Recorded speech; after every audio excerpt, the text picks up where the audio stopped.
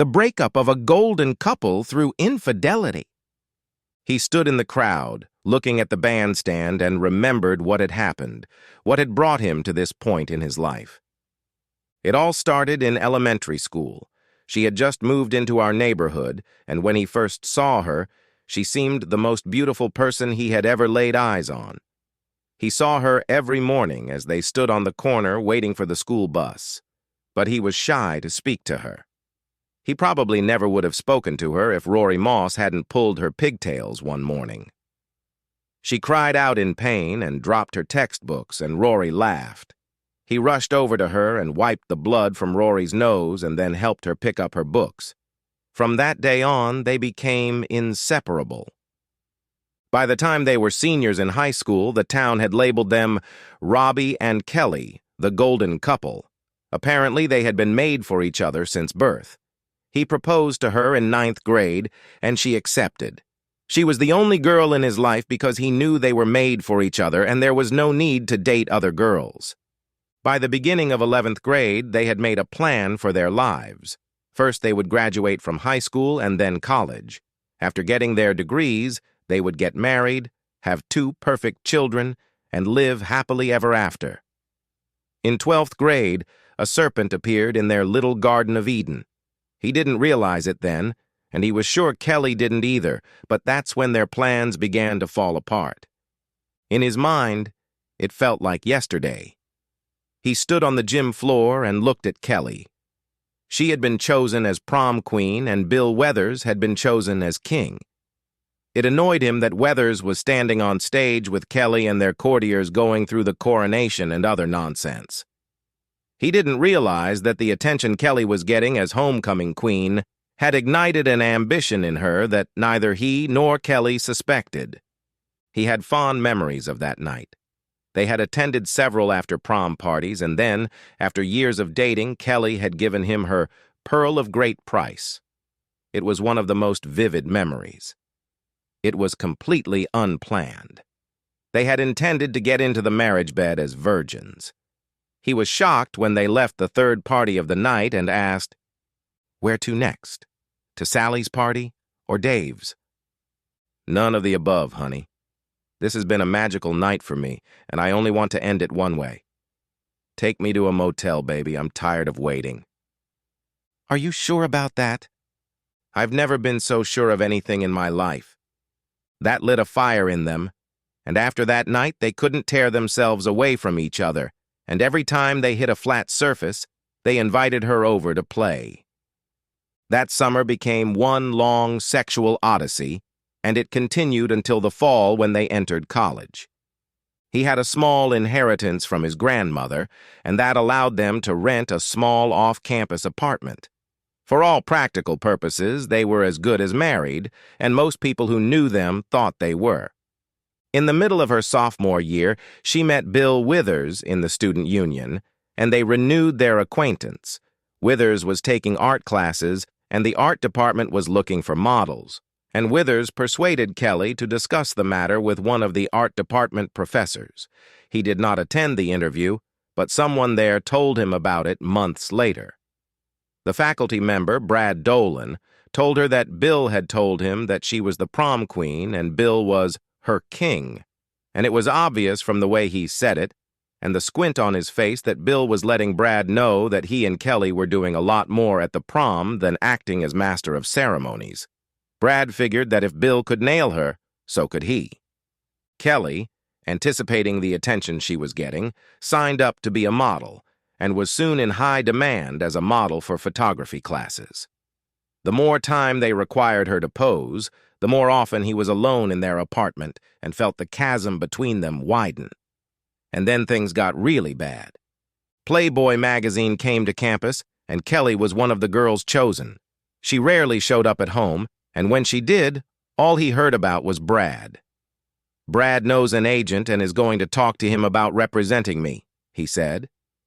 "Brad has a friend who works as a fashion director, and he's going to talk him into using me. Brad knows the art director at so-and-so magazine, and he's going to get me a job there." And then one night, she didn't come home. When she came running the next day, she looked very guilty and couldn't meet his eyes. "Last night, the shoot ran late and I plopped myself on Brad's couch. I've got to run. I'll see you tonight." She grabbed her clothes and left. She slept with him almost blind that night. But there was an elephant in the room that they both pretended not to see. For a few months, their relationship was strained.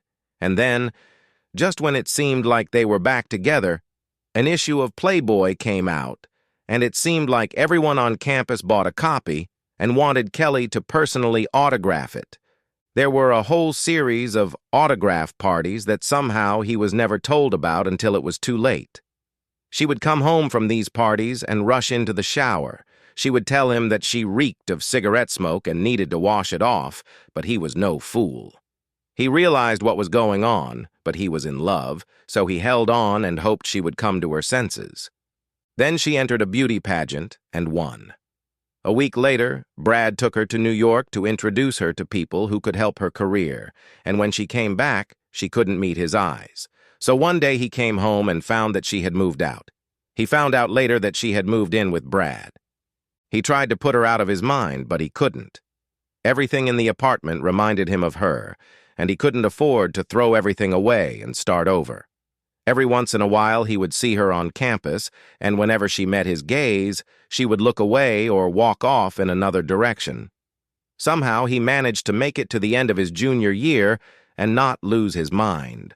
Summer vacation came, he turned in his apartment and came home, and everyone wanted to know what happened to the golden couple. There were rumors that Kelly had caught him cheating and dumped him. He didn't deny those rumors. He just ignored the talk and let them think what they wanted. The town was proud of their beauty queen, their Playboy girl, and he let them have their icon. Summer was over, and he went back to school to finish his last year. He thought about transferring to a university in another state so he wouldn't see Kelly and be tormented by the memories. But then he figured out how much it would cost.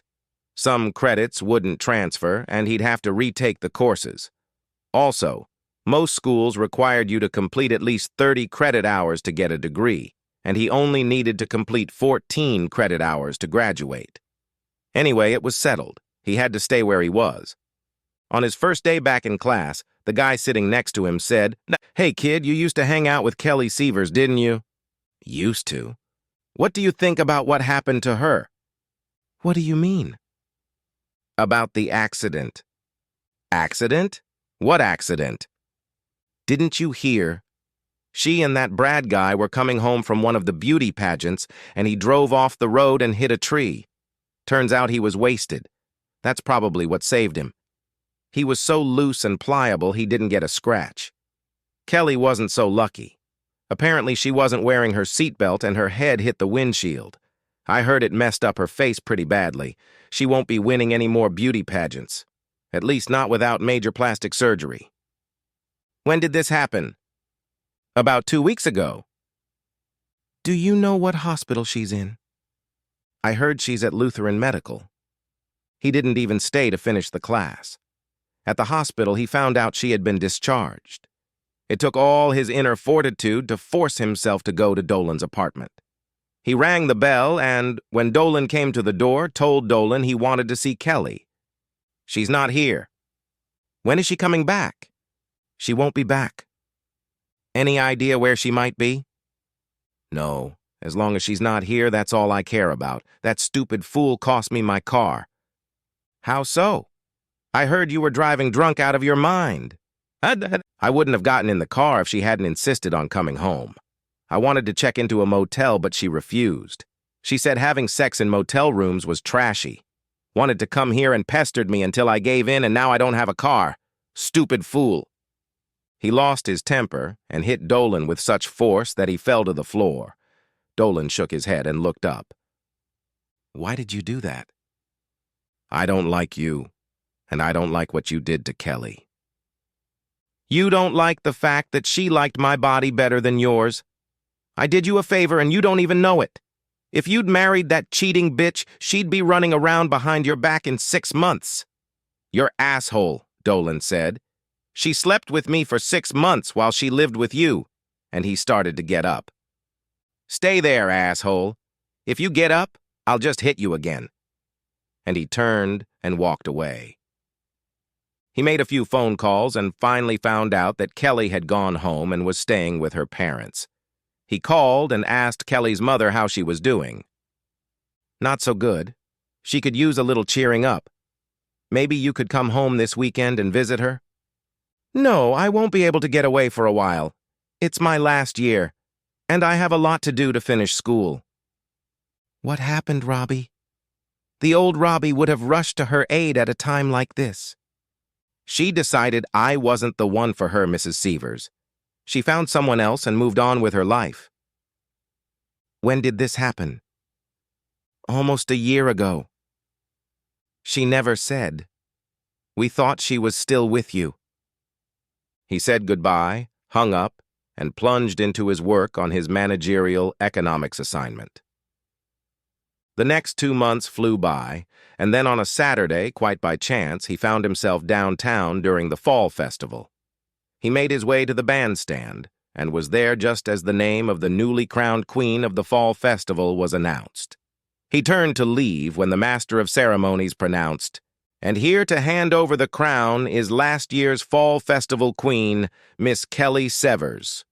He turned around, looked at the bandstand, saw her, and shuddered. Even her long hair, styled in a Veronica Lake style so that it covered half her face, couldn't hide the intersecting scars that covered most of her face. He couldn't even imagine the amount of courage it took for her to go out and attend an event like this. If he were her, he would have sent the crown via UPS mail and stayed home. Kelly put the crown on the new queen's head, hugged her, the band started playing, and everyone in the square started dancing. The first to appear on the makeshift dance floor were the new queen and her entourage, and then everyone else. Everyone except Kelly. She stood off to the side with a look of longing on her face that almost broke his heart. There were several lone men around, but none of them approached Kelly. As she watched the dancers, he wondered if she was thinking about how quickly her life had changed. No more wanting autographs, no more adoring fans, no more wanting to introduce her to photographers, agents, and magazine editors. She couldn't even get someone to ask her to dance. Even from a distance, he saw a tear roll down her cheek and thought about how much he loved her. Not loved her, but still loved her. He moved through the crowd until he was in front of her and held out his hand to her. "Can I dance?" The end. Subscribe to my channel. Thank you.